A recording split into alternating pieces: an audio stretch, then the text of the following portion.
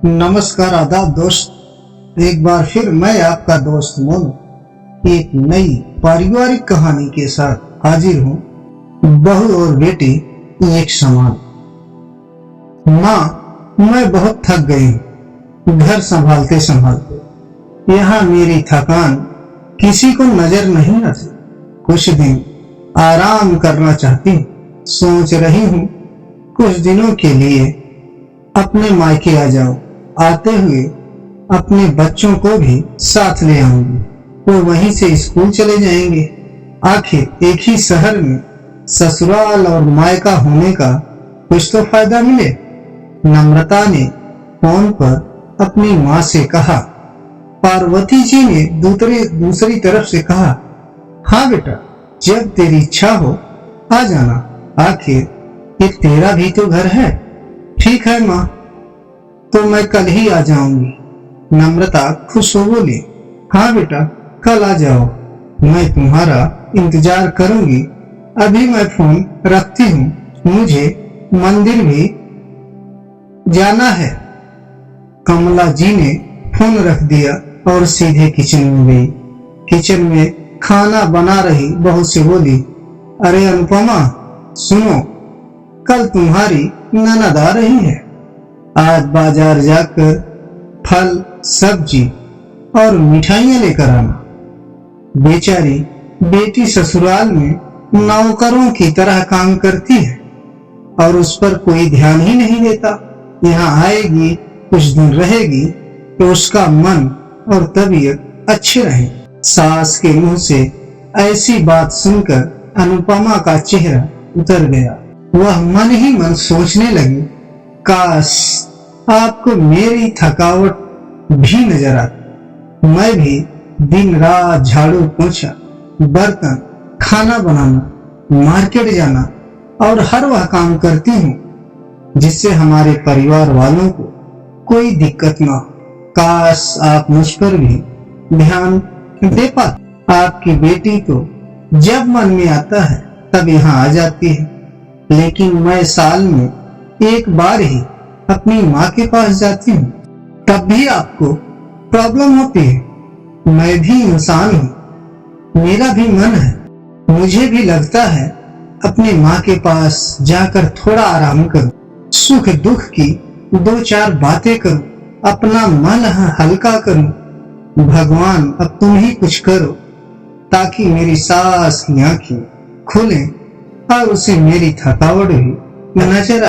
शाम तक भगवान ने जैसे अनुपमा की सुन ली और उसकी ननद का फोन आया।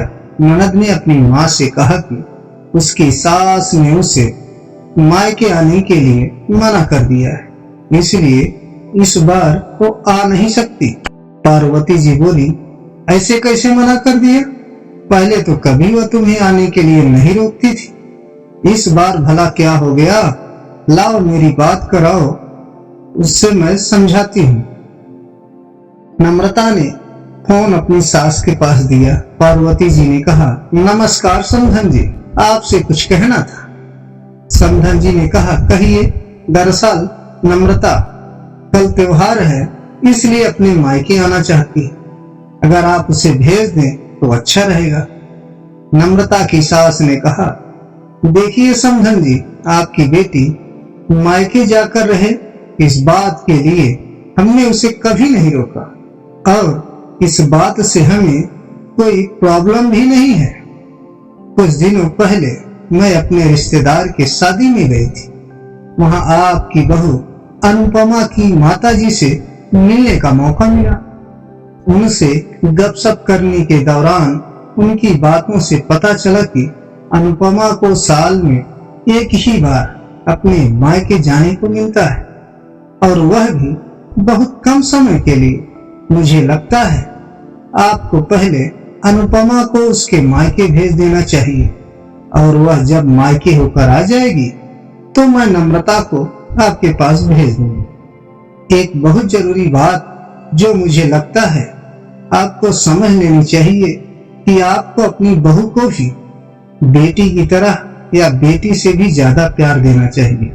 उसे भी मायके जाने की इच्छा होती होगी, हो सकता है, नम्रता के वहां आने से उसकी आवभगत करने के लिए आप उसे उसके मायके न भेजती होंगी, या फिर आप आपसे कुछ कहने से अभी डरती हो। अगर आप उसको घर में ही कैद रखोगी तो एक दिन ऐसा आएगा जब वो आपके खिलाफ बोलने लगेगी, फिर वो आपकी सुनेगी भी नहीं और जब चाहे तब अपने मायके जाएगी। ऐसी परिस्थिति आए, इससे अच्छा है कि आप ही कुछ बदलाव अमल में ले आए, जिससे आपका रिश्ता और रिश्ते की मिठास खराब ना हो। पार्वती को अपने समधन के हर एक शब्द में सच्चाई नजर आई। उन्हें महसूस हुआ उन्होंने अपनी बेटी के प्यार में अंधे होकर कभी भी अपनी बहू के मन का विचार नहीं। उन्होंने हमेशा ही बेटी को अपने बहू से ऊपर रखा। दूसरी तरफ नम्रता भी अपनी भाभी के बारे में हो रही इस बातचीत को सुन रही थी। उसने भी रियलाइज किया कि वह कभी भी अपनी भाभी के साथ ठीक से बात नहीं करती और जब जब वह अपने मायके जाती है तो भाभी थोड़ी उदास रहती है। पार्वती जी ने अपने बहू को बुलाया और उससे कहा कि अनुपमा कुछ दिनों के लिए नम्रता नहीं आने वाली है, इसलिए पहले तुम अपने मायके होकर आओ। यह सुनते ही अनुपमा का चेहरा खिल गया, क्योंकि यह पहली बार था जब उसकी सास ने सामने से उसे अपने मायके जाने के लिए कहा था। अगले दिन अनुपमा अपने मायके गई और इस बार 1-2 दिन नहीं, पूरे हफ्ते भर रहकर आई। अपने माँ बाप से, अपने रिश्तेदारों से मिलकर आई और जब वह लौट कर आई तो उसका चेहरा खिला हुआ था, उसकी आंखें चमक रही थी। अनुपमा के आने के बाद नम्रता भी मायके आई और इस बार वो खुद सामने से अपनी भाभी से खुशी खुशी मिली और अच्छे से बात की।